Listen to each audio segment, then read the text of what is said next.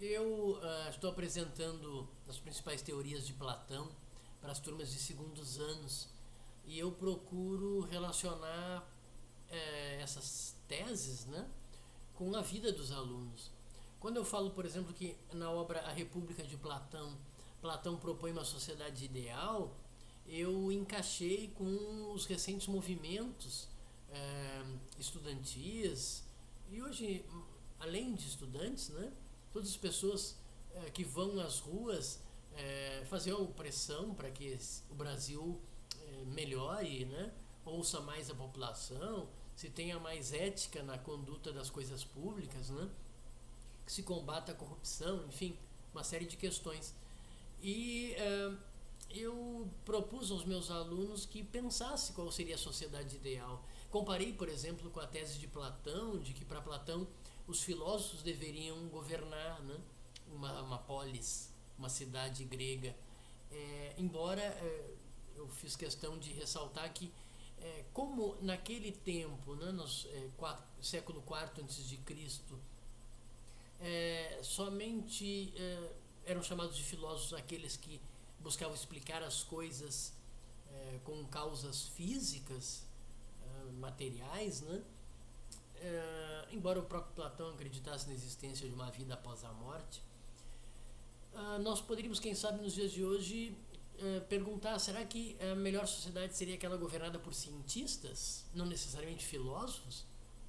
Até porque a ciência na época de Platão, ela também ela fazia parte da denominação filósofo. Tinha os filósofos que Aristóteles chama de físicos, né, que estudavam a natureza, enquanto que tinha uns filósofos mais dialéticos, que estudavam mais do que a natureza, ou além da natureza, ou às vezes nem gostavam muito da natureza.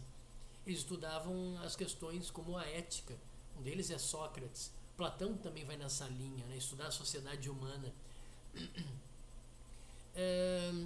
E aí eu me lembro de ter lido em Platão, um dos argumentos dele é que, ao contrário de uma sociedade onde existisse eleição para governador, para governante, né, ele se perguntou: nós elegeríamos, por exemplo, um médico para nos tratar, né, ou um general para lutar uma guerra, como as democracias fazem, né, elegendo pessoas que nós não sabemos se estão preparadas para governar, né? Se nós nos dermos conta, a maioria das vezes nós escolhemos pelo discurso, né? Quem tem um melhor discurso. Na verdade, quase uma loteria, né? Você está arriscando, a menos que o governante já tenha alguma experiência administrativa. Então aí já tem um critério mais racional para escolher, né? O que é interessante e a razão por que eu fiz esse vídeo é que tentei mostrar também a divisão de classes que Platão propõe, né? Os governantes filósofos, os guerreiros, aqueles responsáveis pela segurança da cidade, e os demais, né?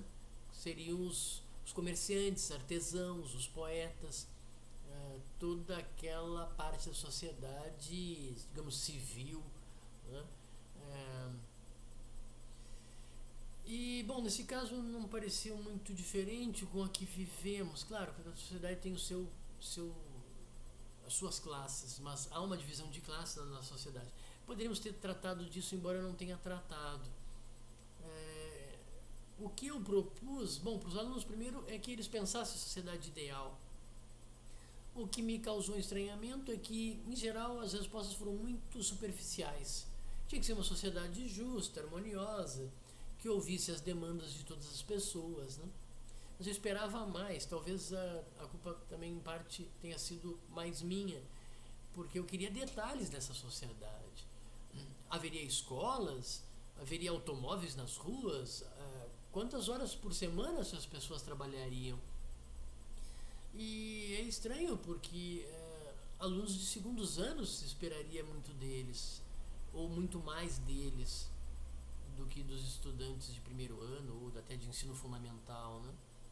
E pareceu que faltou essa capacidade de pensar. Talvez demonstre o quanto a escola fracassou na educação. Você não está criando seres criativos, né? Ou será que eles estão com tanta preguiça? Ou será que a quantidade de matérias excessiva faz com que todo o trabalho escolar seja, na verdade, um trabalho burocrático, né? Tem que entregar porque o professor pediu e que vale nota, né? Porque vale nota. Enfim, eu tenho observado que talvez os alunos não tenham tanta criatividade quanto se desejaria que eles tivessem. Eu até defendo que não basta só deixar os alunos fazerem o que bem entendem para que a curiosidade apareça ou a criatividade se expresse. É preciso algum grau de conhecimento histórico, de teoria, né? Mas enfim, não foi o que aconteceu. E eu acho que, enfim, quem sabe eu possa retomar essa aula e propormos uma outra aula que talvez liberte essa visão burocrática deles, superficial, essa falta de pensar com mais profundidade. Eu acho tão importante que talvez seja a tarefa da filosofia, uma vez que as outras áreas, especialmente as ciências, parecem se conformar muito com teorias prontas. Se vê, por exemplo, na história e na sociologia, crenças de que o capitalismo é o maior culpado de tudo, que eu acho uma visão muito superficial, imediatista.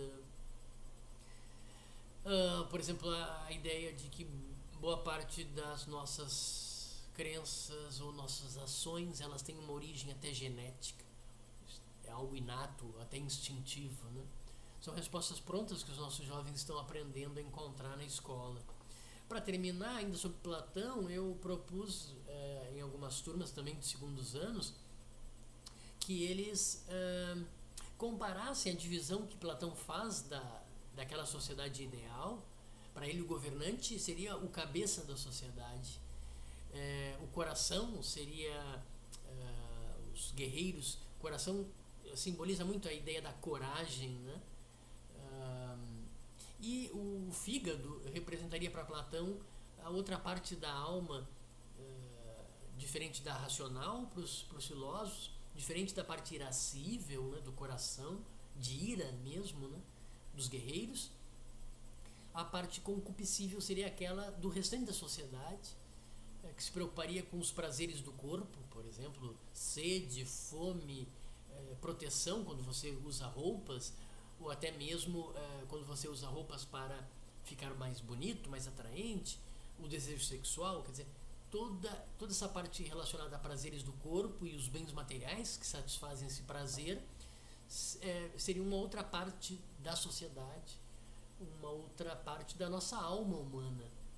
Então eu propus para eles o seguinte exercício, que eles pensassem em objetivos para a vida deles, quem sabe até para toda a vida, e depois pudessem justificar cada objetivo se relacionaria a que parte da alma.